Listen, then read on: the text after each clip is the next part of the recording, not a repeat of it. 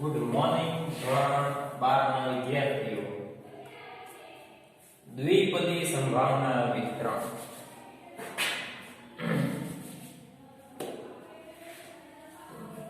થિયરીનો છેલ્લો પોઈન્ટ છે. આ સૂત્ર યાદ રાખેલું છે. NCX ગુણ્યા કાયદેસર સૂત્ર કેવું લખાય છે ખબર? P of x બરાબર ઇગ્નોર કરવાની જરૂર નથી, દાખલો આદત છે. CX ગુણ્યા એટલે into x cube n minus x.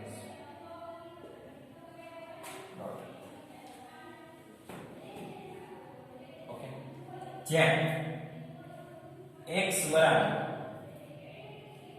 0 છે, 1 છે, 2 છે, અથવા તો વધારે પણ હોઈ શકે છે. Dot dot dot dot dot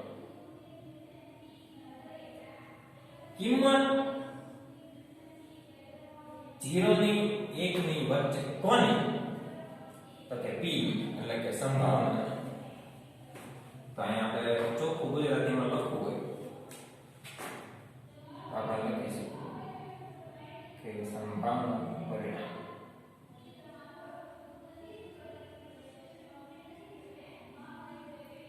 zero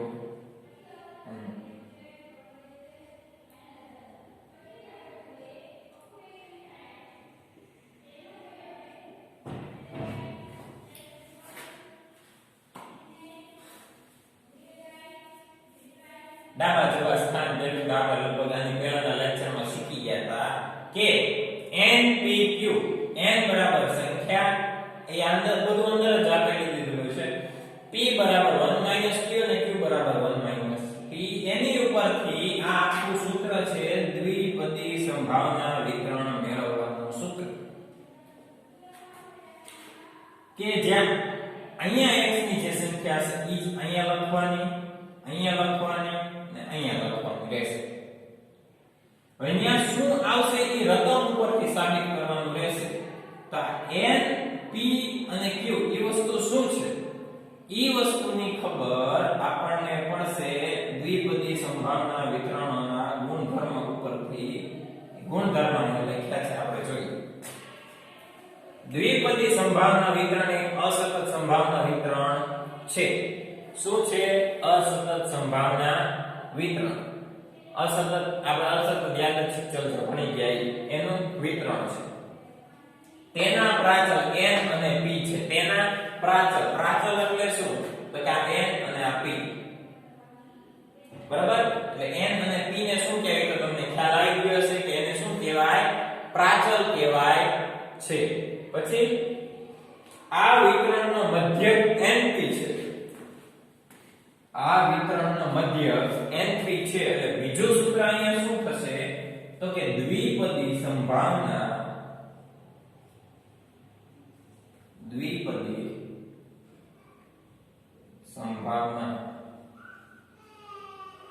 વિતરણનો મધ્યક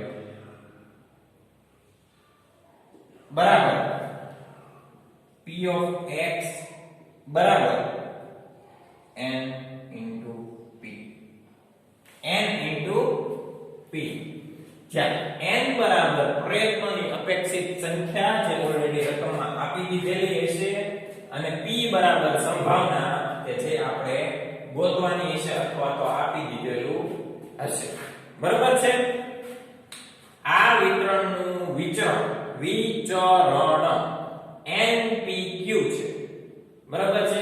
એટલે કે અહીંયા ત્રીજું સૂત્ર બનશે દ્વિપદી સંભાવના વિતરણનો વિચરણ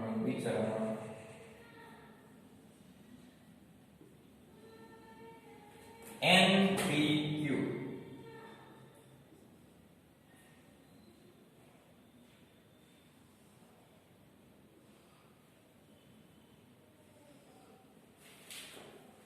સેમ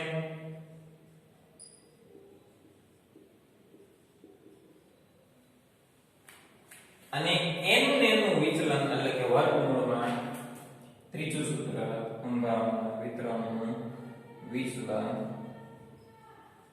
વર્ગમૂળમાં છે સેમ જ આવશે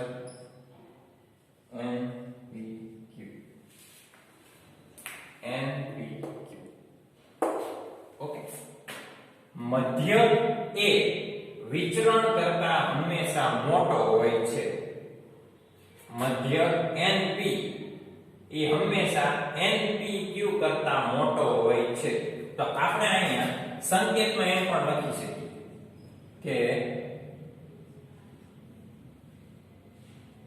મધ્ય વિચરણ કરતા મોટો હોય છે આ મોટો અને વિચરણ NP NPQ નેક્સ્ટ વિચરણ ના છેદમાં મધ્ય બરાબર q નિષ્ફળતાની સંભાવના મોટો છે એટલે નિષ્ફળતાની સંભાવના છે હવે ઓપ્શન માટે અગત્યના ત્રણ વિકલ્પ છે n ની કિંમત જો 1/2 કરતા નાની હોય તો ધન વિષમતા તમને ચાર્ટ આપેલો છે જોઈ લો ધન વિષમતા 1/2 કરતા નાની 1/2 જેટલી તો સમમિત વિષમતા અને 1/2 કરતા મોટી હોય તો ઋણ વિષમતા બરાબર છે એટલે યાદ રાખવાનું છે માત્ર ને માત્ર ખાલી આ સૂત્ર આ સૂત્ર આ સૂત્ર અને આ સૂત્ર ત્રણ સૂત્ર અને મોસ્ટ આઈપી એવા થિયરિકલ ચેપ્ટરમાં દર વખતે લગભગ 99% પ્રશ્ન હોય છે દ્વિપદી વિસ્તરણના ગુણધર્મ એમાં આ વખતે તો પાછો 30% કોર્સ કપાઈ ગયો છે 70% માંથી આ પ્રશ્નો હોય છે 6 ગુણધર્મ છે આ ઓકે 6 7 8 ગુણધર્મો છે બરાબર આરામથી જો તમે ધારો તો 3 માર્ક લઈ શકો છો બરાબર છે તો અહીં આટલું રાખીએ છીએ નેક્સ્ટ લેક્ચર થી આપણે ઉદાહરણની શરૂઆત કરશું ઉદાહરણ શરૂ કરતા પહેલા આ સૂત્ર યાદ રાખી લેજો તો જ ઉદાહરણ આવડશે નકર આવડશે નહીં બરાબર થેન્ક યુ વિદ્યાર્થી મિત્રો